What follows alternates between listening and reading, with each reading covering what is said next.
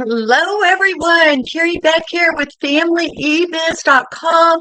So excited you are here with us today, whether you are listening to the replay or live, no matter what. And if you're listening on YouTube, would you please click the little subscribe button? We love getting this information out to more and more entrepreneurs to be able to help them grow their business, grow their sales as well. Oh, I thought I had this all set up, but I guess I don't.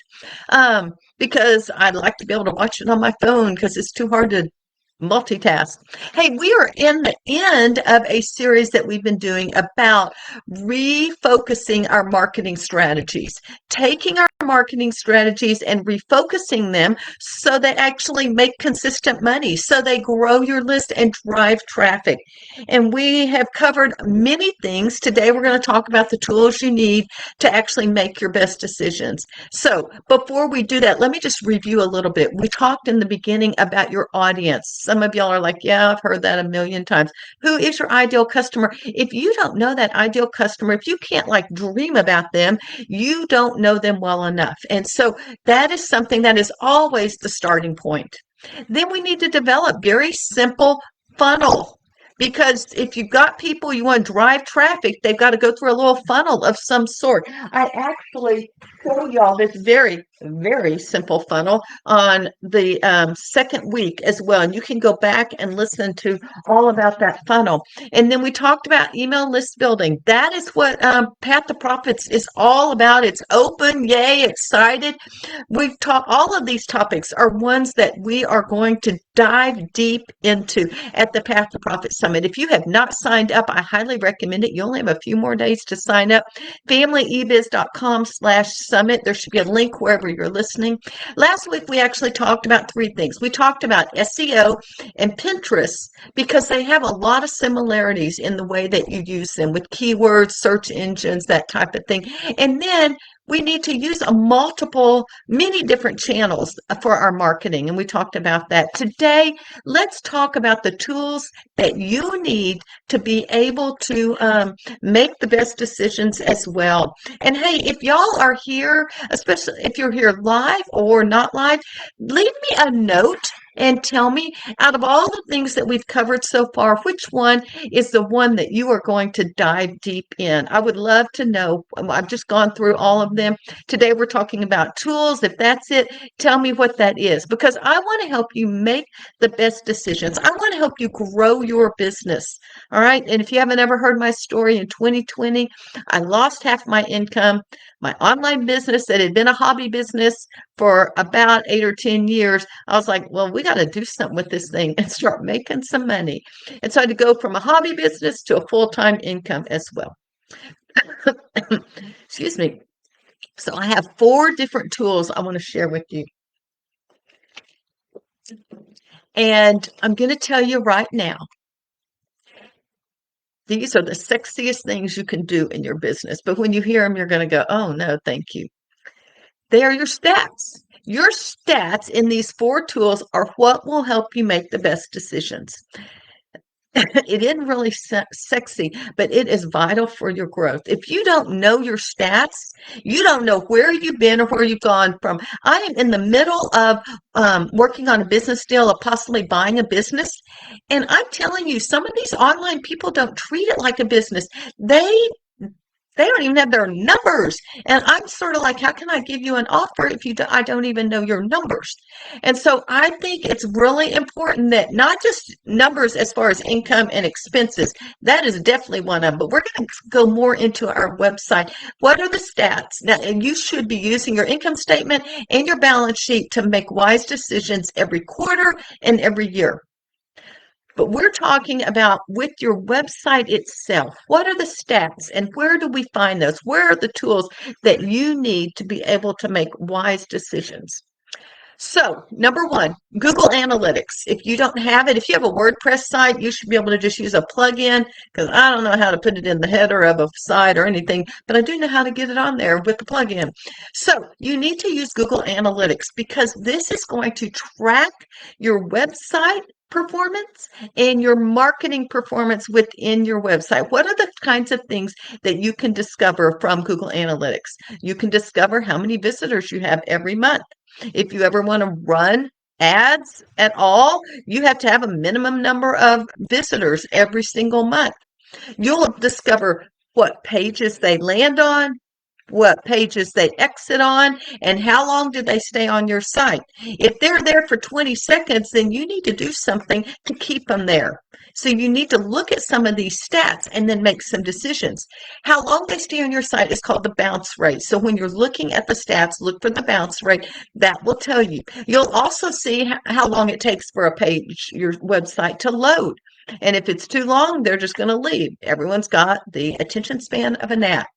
But let's go back to where they land and where they exit. They may land on a landing page for a lead magnet, a freebie, and if they're exiting on that same page, you might want to do something to, when they click that, the yes, I want this button, where are they landing and what is keeping them? What are you doing on that thank you page to keep them on your site?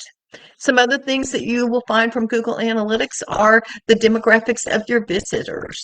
Where are they located in the world? What kind of device are they using? Are they using a laptop like I'm using? Are they using a phone here or iPhone, Android? I mean, you can really drill down and get some information. What are their ages, male, female? What are their interests? All sorts of things.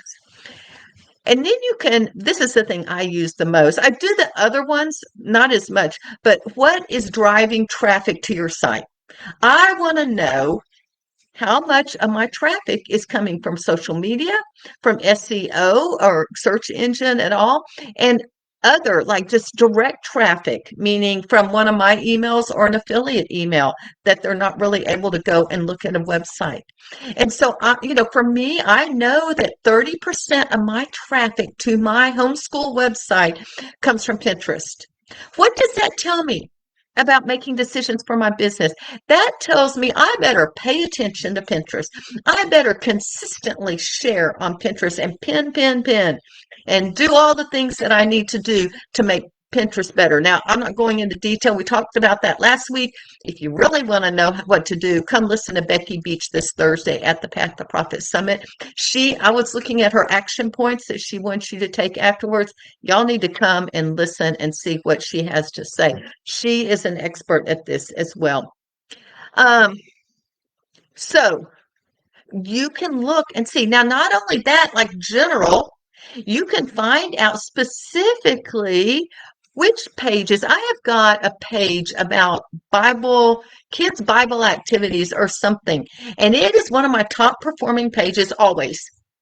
And this was about 2 years ago, I was like, you better put something on there besides just the activities. Like, get these people's names and email so you can follow up and get them in a follow-up funnel for that particular topic. And so that is something that's really important. If I see that they're landing on the same page over and over and over, I better go back and analyze and make sure it has what I need. And are they signing up for whatever, or is there even a sign up form on that blog post?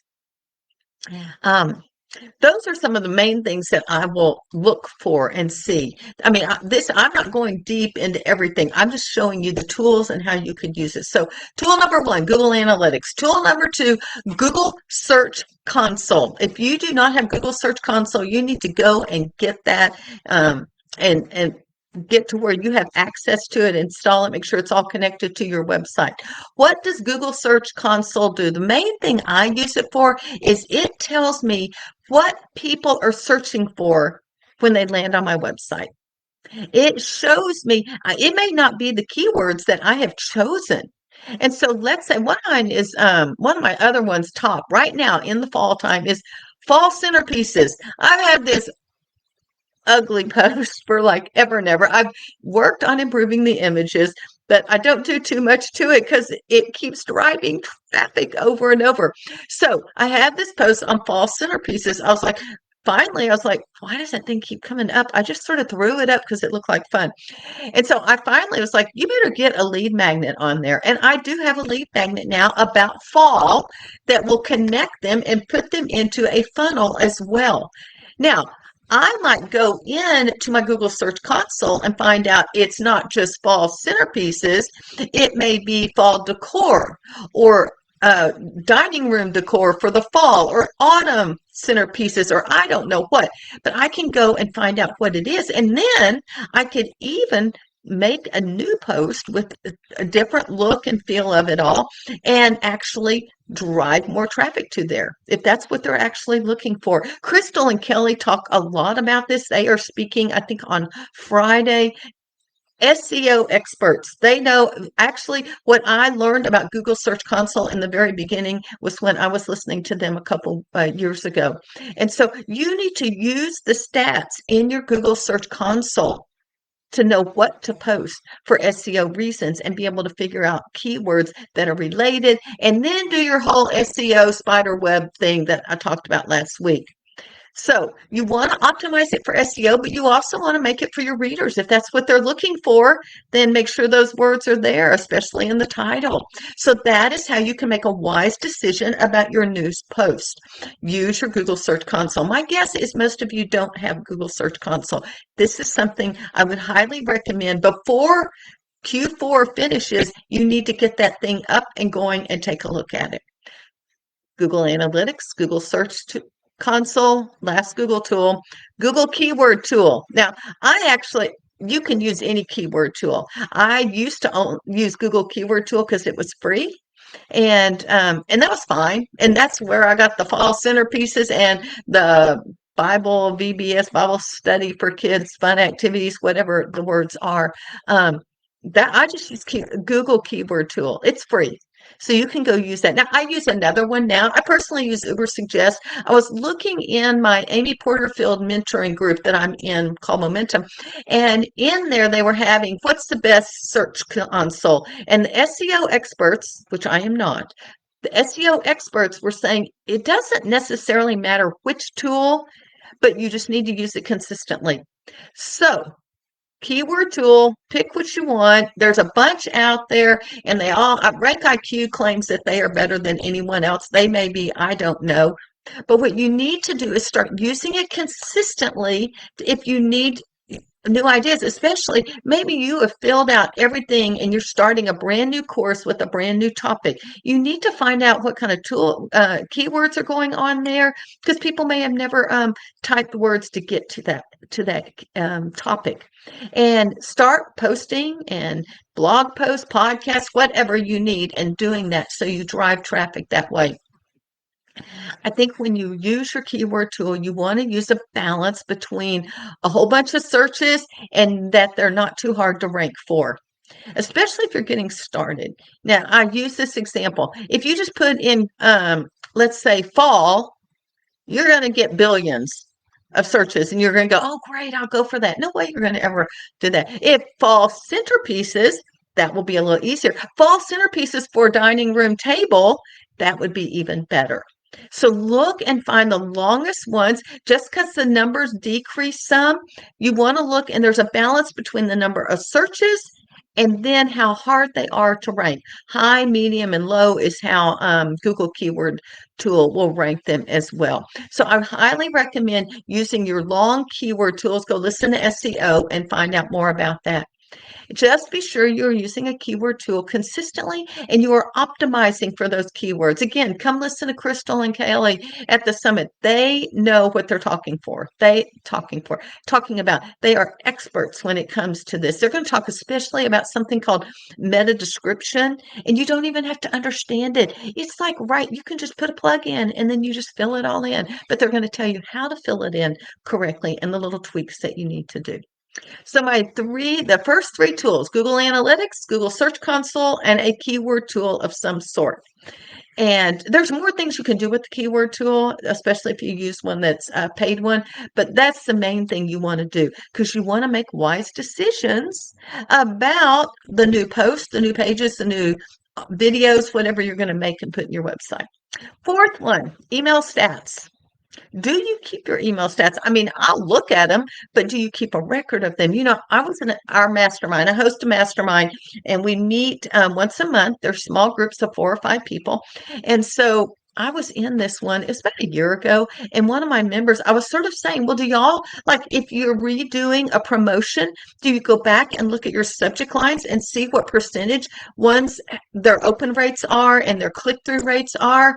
And one of them said, oh, that would be way too much work. And I thought, well, it may be some work, but how do you know what subject line to use if you don't know which one's being opened the most? There are certain subject lines that I use on a regular basis because they consistently get open. Now, I will tweak some and I will do things, but I will tell you the one I send an email out and then the next day I usually resend it to anyone that did not open the first one. My resend ones are harder to come by, but and some of them, if they're under 10%, I'm like, no, I need a new one the next time I do this promotion. And so how do I know that? Because I have the numbers, the stats. You non-number person, you're going to have to just get used to it. It's not that hard. You just go look, oh, look at that one. That one, we had 39% people open. That one, we had 16% open. Oh, well, that is just like basic primary greater than and less than math. Those are easy things to be able to look and analyze and make a wise decision. I don't know that Melissa and Tuba are really going to talking in detail about stats, but both of them are going to be talking about focusing on the important things, focusing on your email list as well. And this is what we need to do.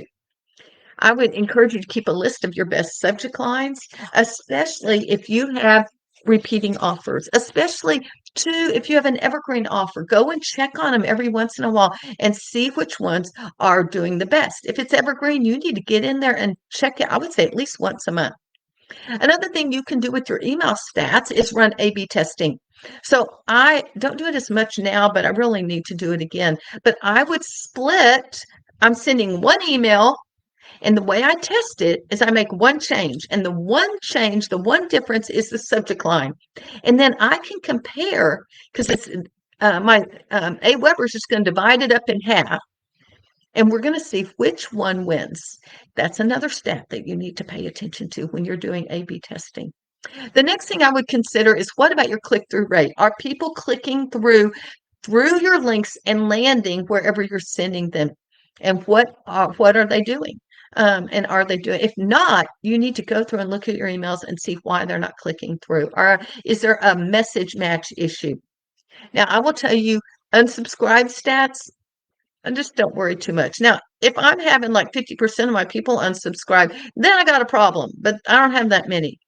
But you're going to have people unsubscribe. My philosophy is they are not my people, and they can move on to someone else that they are that person's people. All right. And so I think it's really, really important that we do that. There's some other stats that go along with this. I'm not going to dive into this. I want to make sure you are watching every month your open rates and your click-through rates. And I would encourage you to get a Google spreadsheet and just keep a list of those. And you might divide it up. For me, I actually have it by promotions. Like right now, we're in the middle of a Christmas promotion. And so I have my invite emails, my reminder emails, and then my the launch emails. And I have stats all the way back to 2020, and I can go and look and see how they're changing and different. That is important. And if something was working in 2020, but it wasn't working in 2022, I better do something about it because we're closer to 2022. So I will tell you that I've already talked about them. Oh, and the other things I would really consider doing some stats. I'm not going to spend a lot of time. It's just your overall marketing, your funnel. Um, if you have a bump on that checkout page, if you have an upsell or a downsell or a tripwire, so that when they fill out whatever and get their lead magnet, they land on a one-time offer. Look at the percentage of conversions for each of those things. In ThriveCart, bumps are real easy, and upsells, they got all those percentages right there for me. And so I can actually just go into my shopping cart and see what they are. If you're a little unfamiliar with that, please come listen to Erin and David. They are going to be talking about sales funnels, giving your best offer and looking at making sure that you're giving the best offer. You might need to look at your stats as well. The other stats I would consider are your social media stats. Looking at we got two speakers on Facebook, Tracy talking about your free version of how you can drive traffic without paid ads. Paul Pruitt, who's built several $1 million businesses, he's going to talk about paid ads. You better pay attention to your stats on all of those and see if what you're doing for relationship building with Tracy is working. Or if you run ads, you better pay attention. Like every day when I run ads, I get on there and make sure I'm not losing money and things are progressing and I can find winners. I may need to tweak some things and move on.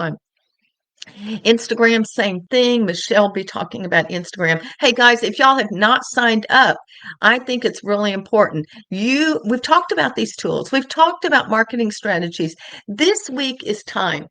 Q4 is about to end. You need to take an audit of your site, your marketing, so you can make more sales. Don't wait till 2024. Make your more sales right now in Q4. All right. And you can find out how just by coming and learning from each one of these mentors. Most all of them are 6 and 7 figure income makers, winners, earners. All right. This is a place they are there. They are carving time out of their busy day to come and present stuff that they have learned, but also to answer your questions. How cool is that? FamilyEbiz.com/summit. Are there any other tools that you think of that would help you? If there are, leave them wherever you're listening as a comment. I would love to see what other tools, if there are other ones that you are using as well. Hey, thanks so much for spending time with me. I am Carrie Beck with FamilyEbiz.com. We'll talk to you next time.